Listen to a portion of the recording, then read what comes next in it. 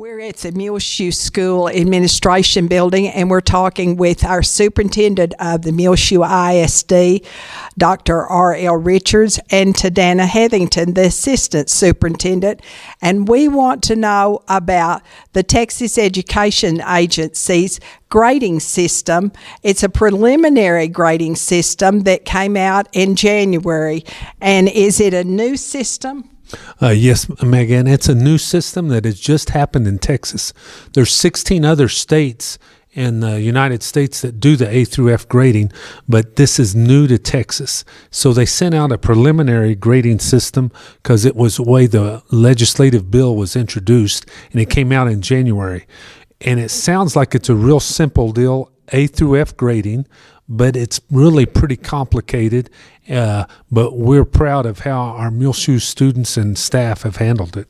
Wonderful. So now tell us about how the Muleshoe school stacks up. Okay. Really, Muleshoe did a great job on the grading scale. It's kind of like a little bit of a bell curve, and so there's only about 5% of the schools that got an A in the whole state and 5% that got an F in the whole state. Muleshoe did well. We were a C in Domain 1, a C in Domain 2, a B in Domain 3, and a B in Domain 4. And Mrs. Heathington will explain those domains. Okay, Dani, it's your turn. Explain what a domain is. Okay, so Domain 1 is where they grade us on our student achievement. And what that is, it's how our students do on the STAR test, the state assessment. Okay, now let's go back. And we got what in Domain 1? We got a C in Domain 1. Domain 1. Okay, then Domain 2 is about student progress. So how much better they did this year than the year before. So they're looking for progress. School-wise or individual-wise?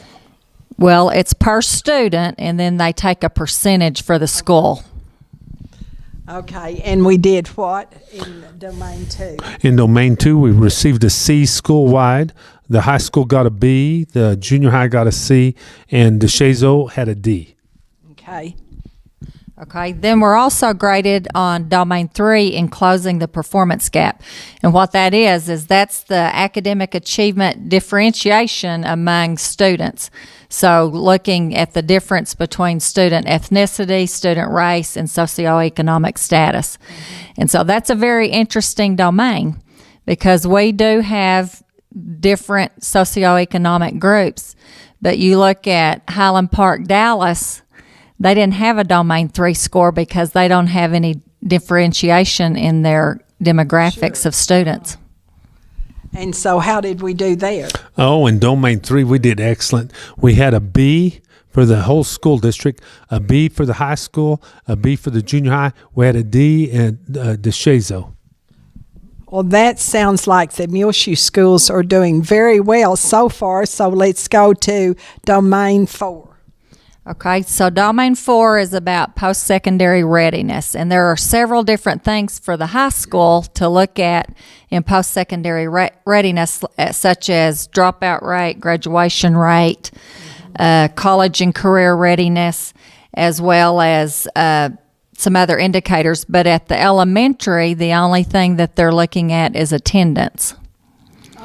And so they're calling it chronic absenteeism is what they're calling it. And so they're looking at the number of students you have that are there at least 85% of the year, but yet meet 90% of the attendance rate. Okay, and how did we do in Domain 4? Okay, in Domain 4, the DeShazo had a C, the junior high had a C, high school had a B, and the school district was rated a B overall.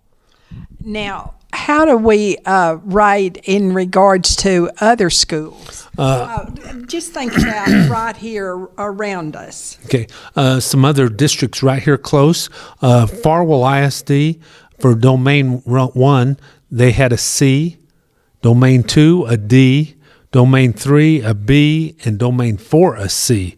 So you could see that maybe Muleshoe's grades were very approximate to that. Littlefield, going the other direction, Littlefield School District had a D in Domain 1, a C in Domain 2, in Domain 3, they had a D, and Domain 4, a C. So we fared well in comparison to them also. Well, that looks wonderful, doesn't it? Yes, it does. Now, do you like this system? I think this system, there's going to be probably some tweaks made into it. The Texas Education Agency is really working on it. A couple of the legislators didn't like how their grades came out for their schools, and so they're trying to change it, and so we're not sure exactly how this is all going to happen. A lot of schools are upset about it. We're trying to figure out how we can help our students be better at learning and how our teachers can help our students. Well, what do you think about it personally, as a parent, a grandparent, and an administrator of the school? Well, there are some things that go on in schools that you can't put a letter grade on. The number of students that we do things above and beyond for, and the extracurricular activities, they're not looking at the number of students that are participating in UIL or athletics and the success that schools have in those areas. The other thing, we didn't get the criteria for how we were going to be graded in this preliminary grading until around November. So they graded us on something that we didn't have any control over. But luckily, Muleshoe ISD is committed. Our staff is committed. And we came out looking pretty good just because of the commitment that everybody has to kids. Now, what about some of the larger schools, RL, in our area? Okay, like Lubbock Cooper, Domain 1, they had a B. Domain 2, they had a B. Domain 3, they had a C. And Domain 4 had an A. Friendship, Domain 1, a B. Domain 2, a C. Domain 3, a B, and Domain 4, an A. And some of those A's at the end are because of their career and technical education classes. They can offer a lot more classes than we can to help kids in those ways. So it's an interesting system, and how it works is very interesting. The other interesting part about this is there will not be another letter grade come out for schools until August of 2018. And so this is preliminary, yeah, and so now it's going to be another probably 17 months before something comes out. That is unusual. Now, will the legislature change this in their session right now?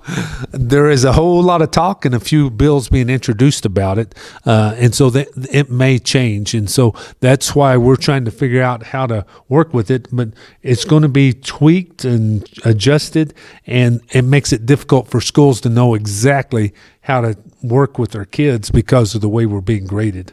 Well, you know, I've always thought, how can you be graded on something that you don't know that you're going to be graded on?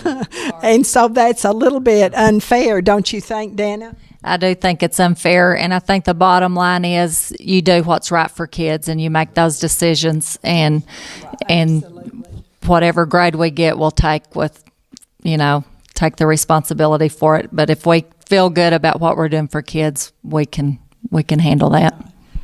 But that looks pretty good to me. What do you think? I think I was real happy with the results of it, and even though we're not trying to overemphasize the results, at the same time, we're trying to make sure that our school is getting better and better. Absolutely. We don't want to stay the same. And anything else that you'd like to tell us, Ariel?